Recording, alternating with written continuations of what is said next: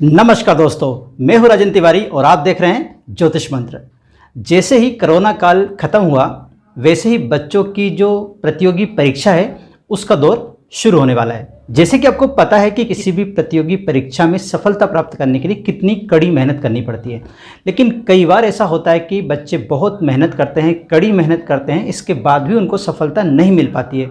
तो इसकी क्या वजह हो सकती है, जबकि वो मेहनत तो पूरी कर रहे हैं। लोग कहते हैं ना कि मेहनत करने से सब कुछ मिलता है, तो जो बच्चे इतनी मेहनत कर रहे हैं उनको क्यों नहीं सफलता मिलती, क्यों उनको बार बार कोई एग्ज़ाम देना पड़ता है, तब भी वो उस एग्ज़ाम को क्रैक नहीं कर पाते हैं।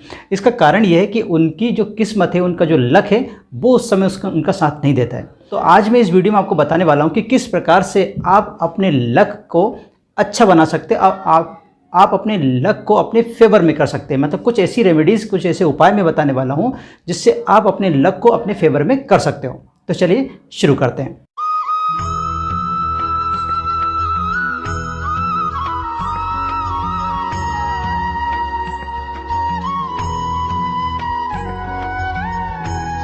मान लीजिए आप जब किसी परीक्षा की तैयारी कर रहे हैं, उस समय कोई ऐसे प्रश्न है, कोई ऐसे सवाल है जिनको आप बार बार करने पर भी वो याद नहीं हो रहे हैं, या बार बार करने के बाद भी उसको आप सॉल्व नहीं कर पाए। मान लीजिए कोई मैथ्स का क्वेश्चन है और बार बार आप सॉल्व कर रहे हो लेकिन फिर भी उसका आंसर नहीं आ रहा है, या फिर कोई ऐसा क्वेश्चन है जिसको आप बार बार लर्न कर रहे हो लेकिन वो लर्न नहीं हो रहा है। तो अगर ऐसा आपके साथ हो रहा है तो आपको क्या करना है कि आप चंदन लीजिए और चंदन को शिवलिंग पर लगा दीजिए। चंदन लेके चंदन को शिवलिंग पे लगाइए, 5 से 10 मिनट उसको शिवलिंग पे लगा रहने दीजिए। उसके बाद उस चंदन को में से थोड़ा सा लेकर आप अपने यहाँ पे मस्तक के जो बीच वाला भाग है, ब्रह्म भाग जिसको बोलते हैं, इस बीच वाले भाग में लगा लीजिए। और लगाने के बाद फिर उन्हीं क्वेश्चनों को जो आपसे नहीं बन रहे थे, या उन क्वेश्चनों को लर्न कीजिए जो आपसे लर्न नहीं हो रहे थे, फिर देखिए कितनी जल्दी वो लर्न होते हैं। ठीक है, ये तो होगा पहला उपाय। दूसरा उपाय, आप मान लीजिए कोई सरकारी नौकरी के लिए कोई परीक्षा दे रहे हैं, यानी कोई सरकार से संबंधित ऐसा कोई नौकरी है, कोई ऐसी प्रतियोगिता परीक्षा जिसको आप दे रहे हैं और बार बार परीक्षा देने के बाद भी आप उसमें सफल नहीं हो रहे, यानी बहुत बार आपने उसको अटेम्प्ट किया लेकिन हर अटेम्प्ट में आप कुछ न कुछ नंबरों से रह जाते हो। लेकिन ध्यान रहे, ये उपाय उन लोग के लिए है जो मेहनत कर रहे हैं लेकिन सफलता नहीं मिल पा रही। बहुत लोग हैं सोच रहे कि यार ये उपाय कर लेंगे तो हमको सफलता मिल जाए, ऐसा नहीं है। जो मेहनत कर रहे हैं इसके बाद भी उनको सफलता नहीं मिल पा रही, लक की वजह से, अपनी किस्मत की वजह से, ये उपाय उनके लिए है। इसके लिए आपको क्या करना है कि आपको 2 काली मिर्ची लेना है। एक काली मिर्ची को आपको शिवलिंग के ऊपर चढ़ाना है और दूसरी काली मिर्च को अपने घर की जो चौखट है, यानी जो मेन गेट है आपका घर का, उस पर रखना है। और जब आप प्रतियोगी परीक्षा के लिए जब घर से बाहर निकले तो अपने उल्टे पैर से उस काली मिर्च के ऊपर पैर रखने के बाद बाहर निकले, यानी कि उल्टा पैर कहाँ रखे, काली मिर्ची के ऊपर, और जो अपना सीधा पैर है वो बाहर निकाले, घर से बाहर निकाले।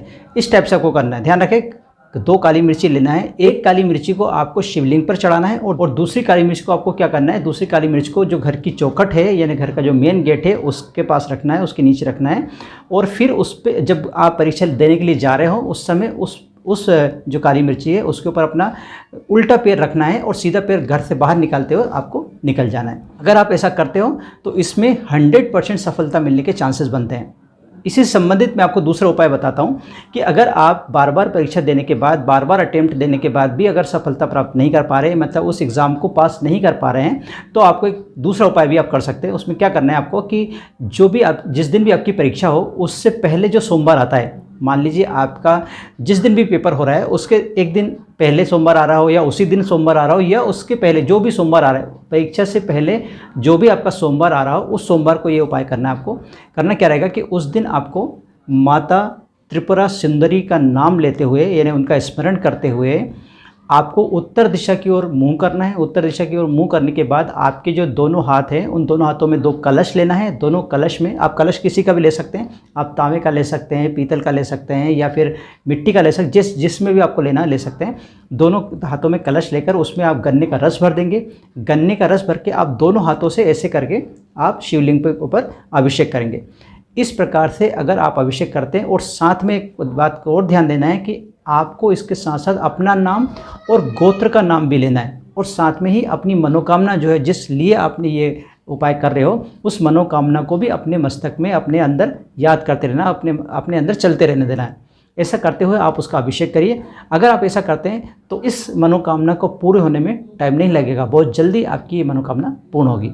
आशा करता हूँ कि इन तीनों उपाय से भगवान शिव आप पे प्रसन्न होंगे और आपका जो मनवांछित फल है उसकी प्राप्ति आपको अवश्य होगी। अगर आपको इसकी प्राप्ति होती है तो प्लीज़ आप मुझे कमेंट्स करके ज़रूर बताइए। आज के लिए बस इतना ही, मिलते हैं नए विषय के साथ। तब तक आप रहिए खुश और मुझे दीजिए आज्ञा। जय हिंद।